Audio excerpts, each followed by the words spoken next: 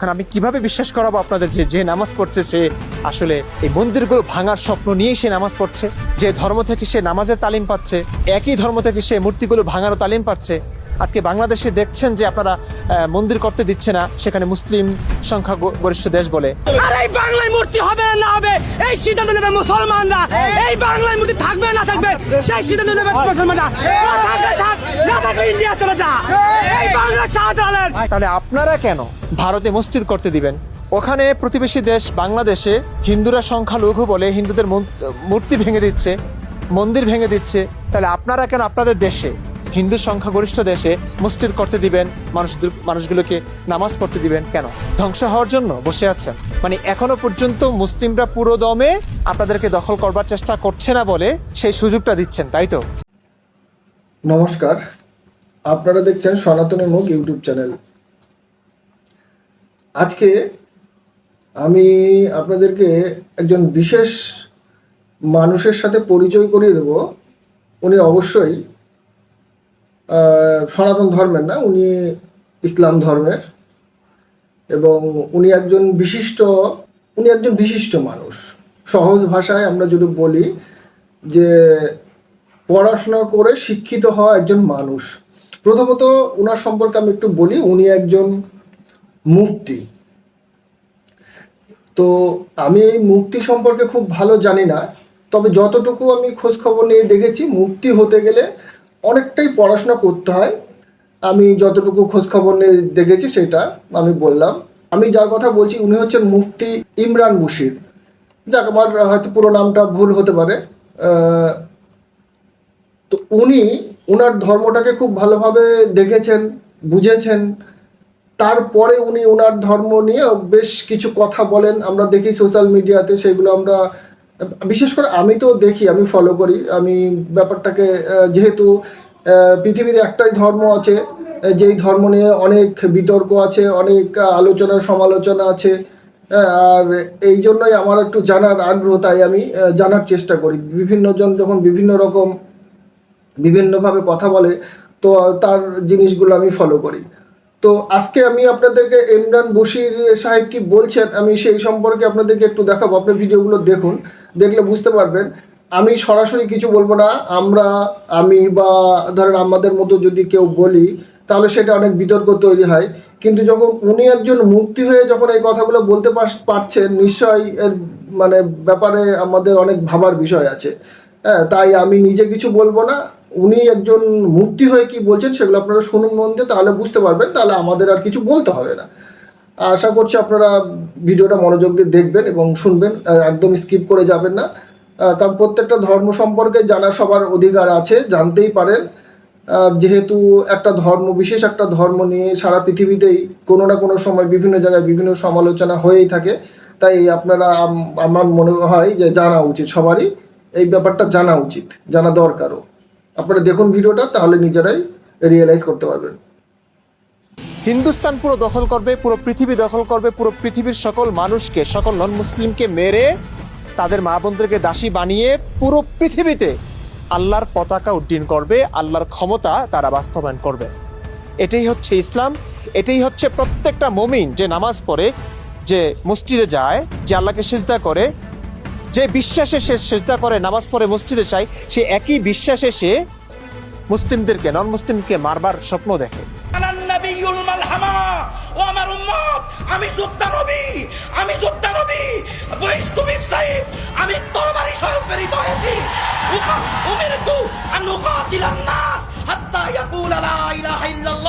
আমাকে হুকুম দেওয়া হয়েছে যুদ্ধ চালিয়ে দেওয়ার জন্য, জিহাদ চালিয়ে দেওয়ার জন্য, এই দুনিয়াতে ইসলাম প্রতিষ্ঠা হওয়া পর্যন্ত। এই কারণে নামাজ আর ওই পূজা এক জিনিস না। যে পূজা করছে, আমি যদ্দূর জানি, আমার ভুল যদি হয় আপনারা এটা নিয়ে ডিবেট করতে পারেন যারা হিন্দু ধর্ম সম্পর্কে ভালো জানেন, যে পূজা করছে সে কখনোই তার এই স্বপ্ন থাকে না যে পুরো পৃথিবীতে হিন্দু রাজত্ব কায়েম করতে হবে মানুষদেরকে মেরে মেরে। এমনটা হিন্দু ইতিহাসে আমি দেখি নাই এবং হিন্দু ধর্মগ্রন্থগুলোতে আমি দেখিনি। যদি থাকে তাহলে আপনারা এটা নিয়ে কথা বলতে পারেন, কিন্তু আমি ইসলামে দেখেছি, আমার কাছে প্রমাণ আছে, প্রুফ আছে, এভিডেন্স আছে, আমি এই কথা বলতেই পারি। তাই নামাজ আর পূজা এক জিনিস না, মন্দির আর মসজিদ এক জিনিস না। কারণ আমি কিভাবে বিশ্বাস করাবো আপনাদের যে যে নামাজ পড়ছে সে আসলে এই মন্দিরগুলো ভাঙার স্বপ্ন নিয়েই সে নামাজ পড়ছে, যে ধর্ম থেকে সে নামাজের তালিম পাচ্ছে, একই ধর্ম থেকে সে মূর্তিগুলো ভাঙারও তালিম পাচ্ছে। আজকে বাংলাদেশে দেখছেন যে আপনারা মন্দির করতে দিচ্ছে না, সেখানে মুসলিম সংখ্যা গরিষ্ঠ দেশ বলে। আর এই বাংলায় মূর্তি হবে না হবে এই সিদ্ধান্ত নেবে মুসলমানরা। এই বাংলায় মূর্তি থাকবে না থাকবে সেই সিদ্ধান্ত নেবে মুসলমানরা। থাকলে থাক, না থাকলে ইন্ডিয়া চলে যা।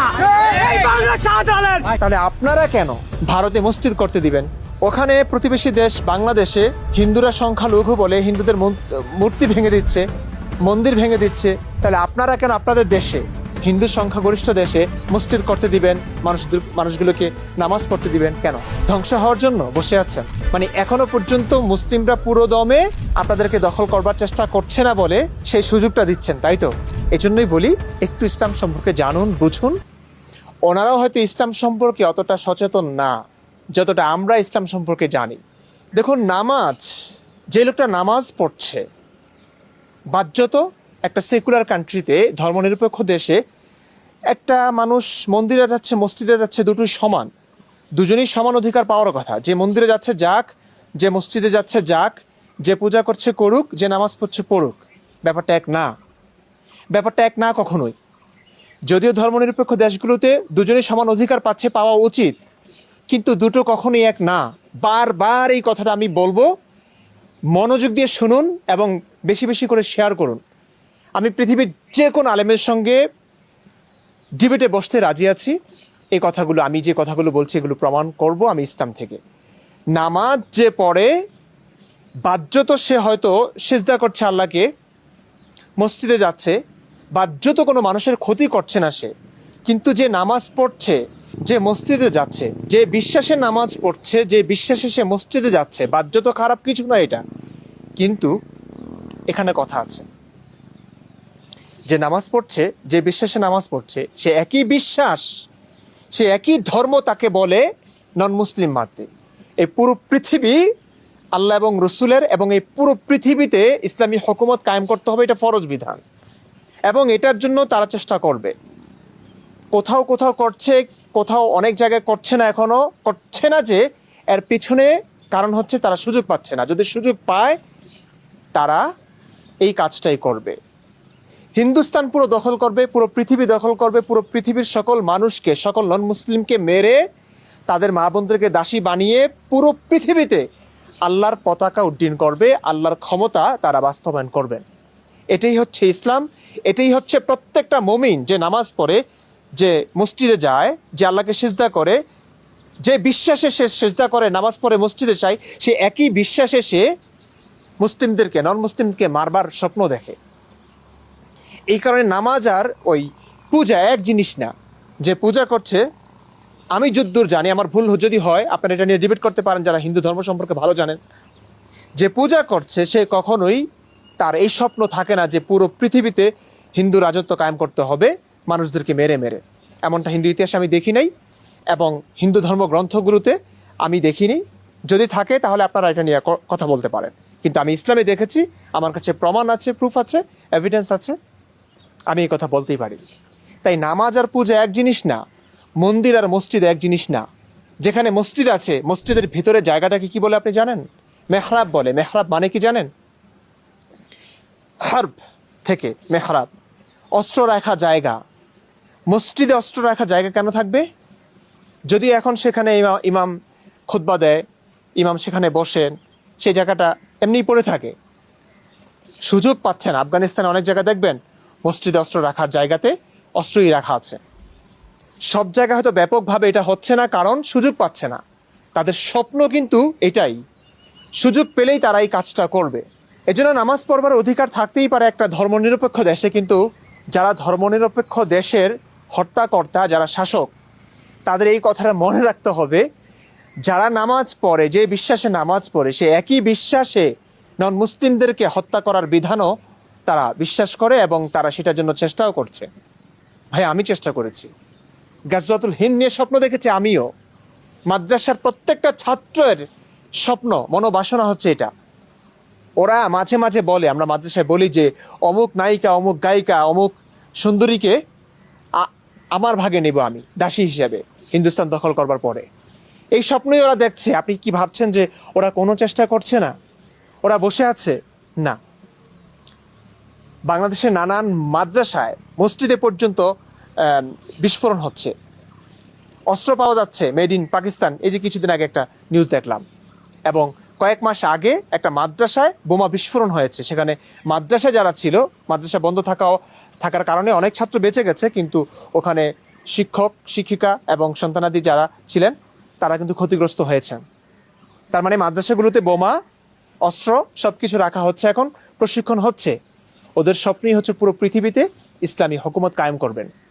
আপনাদের এগুলো বুঝতে হবে, জানতে হবে। এই কারণে আমি বলি যে হিন্দু যারা আছেন, সনাতনী যারা আছেন, কিংবা নন মুসলিম যারা আছেন, প্রত্যেকেই আপনি আপনার ধর্ম সম্পর্কে যদি জানা কমও থাকে তাদের তেমন একটা ক্ষতি হবে না, কিন্তু আপনাকে অবশ্যই ইসলাম ধর্ম কি, কেমন, কতটা নৃশংস, বর্বর, হিংস্র, এটা আপনাকে জানতে হবে। ওই আলেমদের বক্তব্য দিয়ে না, ইসলাম বোঝার জন্য আলেমদের বক্তব্য শুনতে হবে, ব্যাপারটা এরকম না। আপনাকে কোরআন হাদিস থেকে জানতে হবে, তাফসির থেকে জানতে হবে, সিরাত থেকে জানতে হবে, নবীর ইতিহাস থেকে জানতে হবে ইসলাম আসলে কেমন। আলেমরা তো সব কিছু সুযোগের অভাবে বলতে পারছে না। ভয়, আইন আছে, প্রশাসন আছে, অনেক জায়গায় অনেক কিছু বলা যায় না, পাবলিকলি বলা যায় না। যা তারা ধারণ করেন, বিশ্বাস করেন, সেগুলো পর্যন্ত তারা বলেন না, পারিপার্শ্বিক অনেক কারণে। এ কারণে আপনাকে ইসলাম জানতে হলে কোরআন এবং হাদিস জানতে হবে। আমি কথা বলি, প্রত্যেকটা কথা রেফারেন্স থাকে আমার ভিডিওতে। আপনার হয়তো প্রয়োজন নাই ইসলাম ধর্ম সম্পর্কে জানবার, হ্যাঁ, কিন্তু না, মানে কি বলবো, আপনাকে জানতে হবে। যদি আমাদেরকে হিন্দু ধর্ম সম্পর্কে না জানেন, আপনার ধর্ম সম্পর্কে আপনি না জানেন, সর্বোচ্চ আপনি আপনার ধর্ম ছেড়ে দিবেন, ঠিক আছে, হতে পারে এটা। সেই সব সেকুম আপনাদেরকে বলবো, ধর্ম অনেক দিক থেকে যারা সামান্য কটা ভোটের জন্য এখনো এদেরকে ইসলাম সম্পর্কে না জানবেন, ভালো করে কিংবা আলেমদের কথা শুনে শুধুমাত্র সুগার কোড দেখে আপনি এরা কতটা ভয়ানক, এরা কতটা ভয়াবহ, এই মুক্তির কথাই আপনারা নিজেরাই শুনলেন। এটা আমার কোনো কথা না, এটা আমি বানিয়েও বলছি না, একটা উপদেশ অবশ্যই ইমরান বশিরের মুখ থেকে এটা শোনা, উনি যেটা বলেছেন সেটাই আপনাদের সামনে তুলে ধরেছি। তো ইনার কথা যদি মিথ্যা হয়, ইনি যদি ওই বশির সাহেব যদি মিথ্যা কথা বলে থাকেন, তা যে সমস্ত হুজুররা কথায় কথায় ফতোয়া দেয়, কথায় কথায় মারার হুমকি দেয়, বিভিন্ন রকমের হুমকি দামকা দেয়, তো তাদেরকে বলবো যে আপনাদের যদি ক্ষমতা থাকে ইনার বিরুদ্ধে মানহানির মামলা করেন, কেস করেন, আপনি দেখেন, তাহলে বুঝতে পারবো যে না, ইনি যেগুলো বলেছেন সবই মিথ্যা বলেছেন। এইটুকু আশা করতেই পারি। আর হিন্দু সমাজকে বলবো, যারা এখনো ঘুমাচ্ছেন তারা সচেতন হন। পরিষ্কারভাবে বলি, একদম পরিষ্কার করেই বলি, এদেরকে সামাজিকভাবে বয়কট করতে হবে। কারণ এরা আপনার আমার বন্ধু, বা আপনার আমার বন্ধু কোনোদিন হতেই পারে না। যাদের অন্তরের মধ্যে সবসময় বিষ আছে, যারা মনের মধ্যে বিষ লুকিয়ে রেখেছে, সুযোগ পেলেই বিষধর সাপের মতো ছোবল মারবে, সেই অপেক্ষায় বসে থাকে, তাদের সাথে সম্পর্ক, তাদের সাথে বন্ধুত্ব, তাদের এক বাড়িতে উঠা বসা করা, এটা কি সম্ভব? এটা আমার বক্তব্য না। আমি আবারও বলছি, আমি এখানে কোনো উস্কানিও দিচ্ছি না, কোনো কিছুই বলছি না। আমি বশির সাহেব যেটা বলেছেন সেটাই তুলে ধরার চেষ্টা করেছি। তাই হিন্দু সমাজ এখনও যারা এই সামান্য কটা ভোটের জন্য এদেরকে তেলাচ্ছেন, সামান্য কটা ভোটের জন্য এদেরকে মালিশ করছেন, এখনও সময় আছে। আপনি হয়তো থাকবেন না, আপনার বয়স হয়ে যাচ্ছে, আমাদের বয়স হয়ে যাচ্ছে, আমরা হয়তো কিছুদিন পর পৃথিবী ছেড়ে চলে যাব, কিন্তু আমরা যাদেরকে রেখে যাচ্ছি তাদের ভবিষ্যতের কথা চিন্তা করে এদেরকে এখনো সময় আছে এদেরকে শক্ত হাতে দমন করার। কারণ এদের বক্তৃতা, এদের কথাবার্তা শুনলেই বোঝা যায় এদের মানসিকতা কেমন।